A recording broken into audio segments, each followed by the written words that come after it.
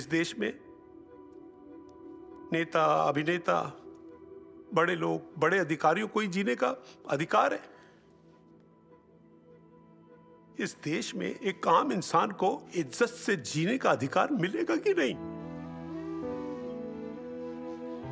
Sir, इतने बड़े देश में अगर आंकड़ों और परसेंटेज के हिसाब से देखा जाए तो आर्या रस्तोगी जैसे मरने वालों की परसेंटेज बहुत ही कम है।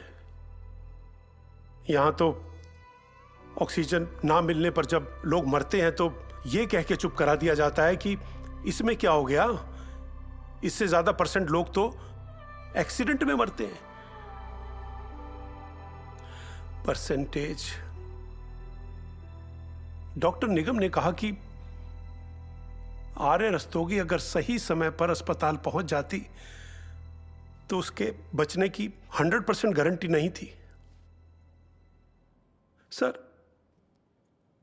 100% गारंटी तो इस बात की भी नहीं होती कि देश सेवा के नाम पर हमारे नेता लोग ये जो रैली करते हैं, धरने करते हैं, प्रदर्शन करते हैं, उससे ये देश को सचमुच में बदल देंगे। सर, आज मैं ये जानना चाहता हूं कि अपने रास्ते बनाने के लिए दूसरों के रास्ते रोकने का अधिकार इनको दिया किसने है? और ये कोई पहली बार नहीं है कि आम इंसान के रास्ते को रोका गया है। कभी राजनीति, कभी भ्रष्टाचार, कभी फाइल कागज के नाम पर, तो कभी सिर्फ ये याद दिलाने के लिए कि तुम आम इंसान हो, हमारे रास्तों को रोका जाता है। लेकिन सर, मेरा ये मुद्दा है ही नहीं। मैं कोई सोशल वर्कर या नेता नहीं हूं, मैं तो एक बाप हूं जिसने अपनी बेटी को खोया है।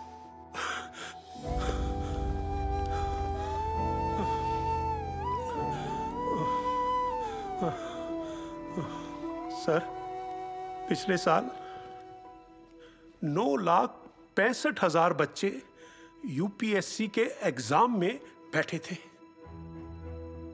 उनमें से 635 सेलेक्ट हुए और उन 635 में से शीतलापुर की एक गरीब परिवार की लड़की आर्या रस्तोगी ने टॉप किया था। थोड़े दिन में वो आईएएस ऑफिसर बन जाती और तब यही लोग, यही अधिकारी, यही अफसर सैल्यूट मारते और उसके लिए रास्ता बनाते। तो क्या अब इस देश में नेता, अभिनेता, बड़े लोग, बड़े अधिकारियों को ही जीने का अधिकार है? इस देश में एक आम इंसान को इज्जत से जीने का अधिकार मिलेगा कि नहीं?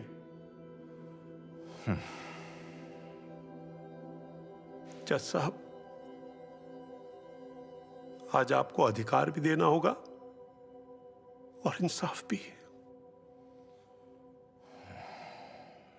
रस्तोगी जी, ये कोर्ट आपकी तकलीफ समझती है। धन्यवाद।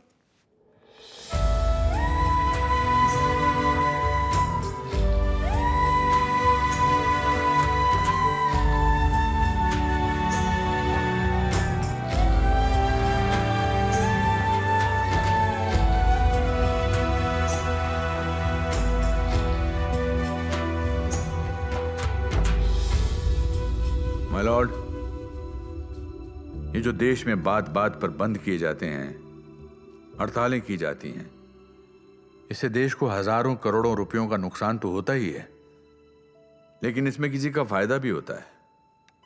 रास्ते बंद करो, ट्रेन्स बंद करो, जितना बड़ा बंद होगा उतना बड़ा नेता होगा। बट इट्स टाइम जब हम इस बंद वाली पॉलिटिक्स के खिलाफ आवाज उठाएं। इन हड़तालों पे, बंद पे, रास्ता रोको रैलियों पर, धरनों पर बैन लग जाना चाहिए। The law must be given it's teeth.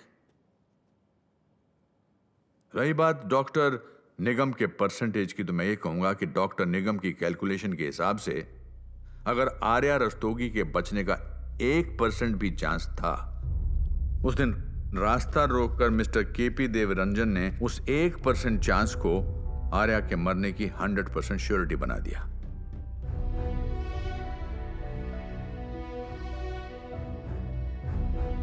As per the law, the right to proper medical treatment is a fundamental right. उसका रिजल्ट चाहे कुछ भी हो, और आर्या रस्तोगी से माय लॉर्ड ये राइट छीना गया था। That's all my Lord.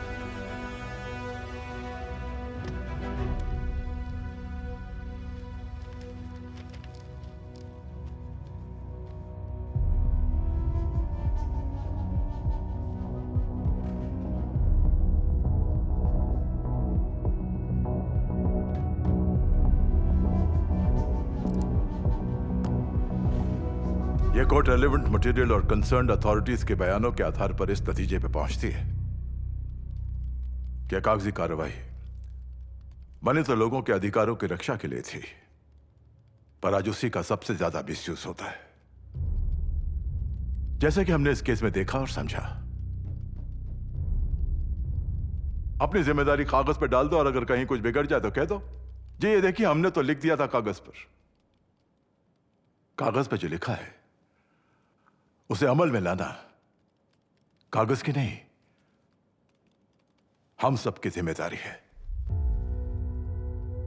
यहां यह प्रूव होता है कि उस दिन शीतलापुर का डिस्ट्रिक्ट एडमिनिस्ट्रेशन पूरी तरह से इनएफिशिएंट और नाकाम था, और यह इस केस में क्रिमिनल नेग्लिजेंस है, क्योंकि इसी की वजह से बच्ची की जान चली गई।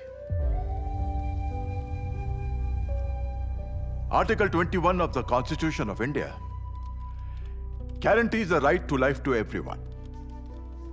और ऐसे केसेस में राइट टू रोड एक्सेस को भी राइट टू लाइफ माना जाता है। यह बड़े अफसोस की बात है कि यह राइट आर्या रस्तोगी को नहीं दिया गया।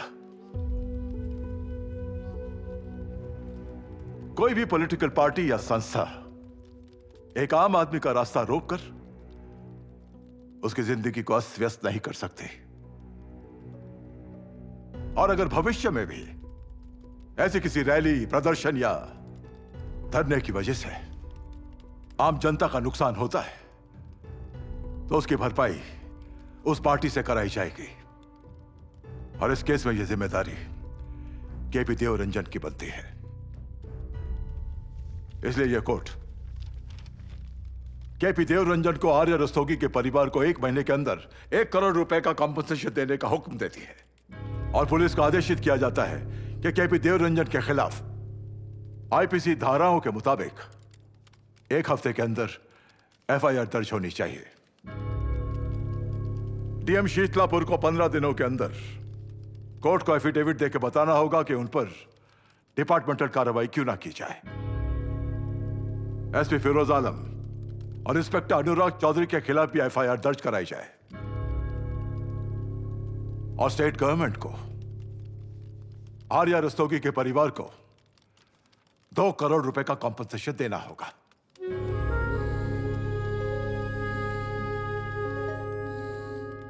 आर्या के साथ जो हुआ वो किसी और के साथ ना हो, उसके लिए लॉ में बदलाव लाना होगा, और उसके लिए एक कमेटी बिठानी चाहिए।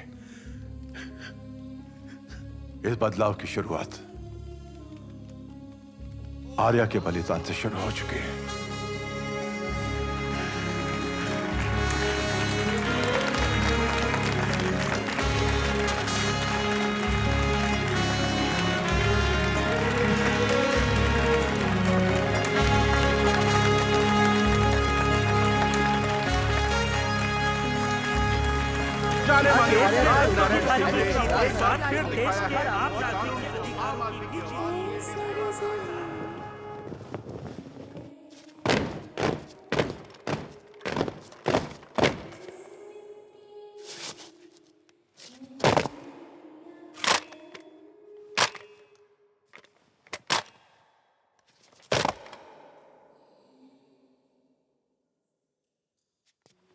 Coffee time. अरे वाह, ये टैलेंट भी है आपके पास। अरे अभी तुमने देखा ही क्या है, मैं सिर्फ कोर्ट कचहरी का ही नहीं, पूरी कचौरी बनाने का भी एक्सपर्ट हूं। कभी टाइम मिलेगा तो तुम्हें खिलाऊंगा।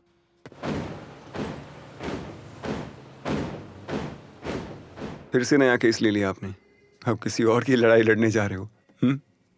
कैसे कर लेते हो ये सब, मिस्टर अनस्टॉपेबल नारायण सिंह?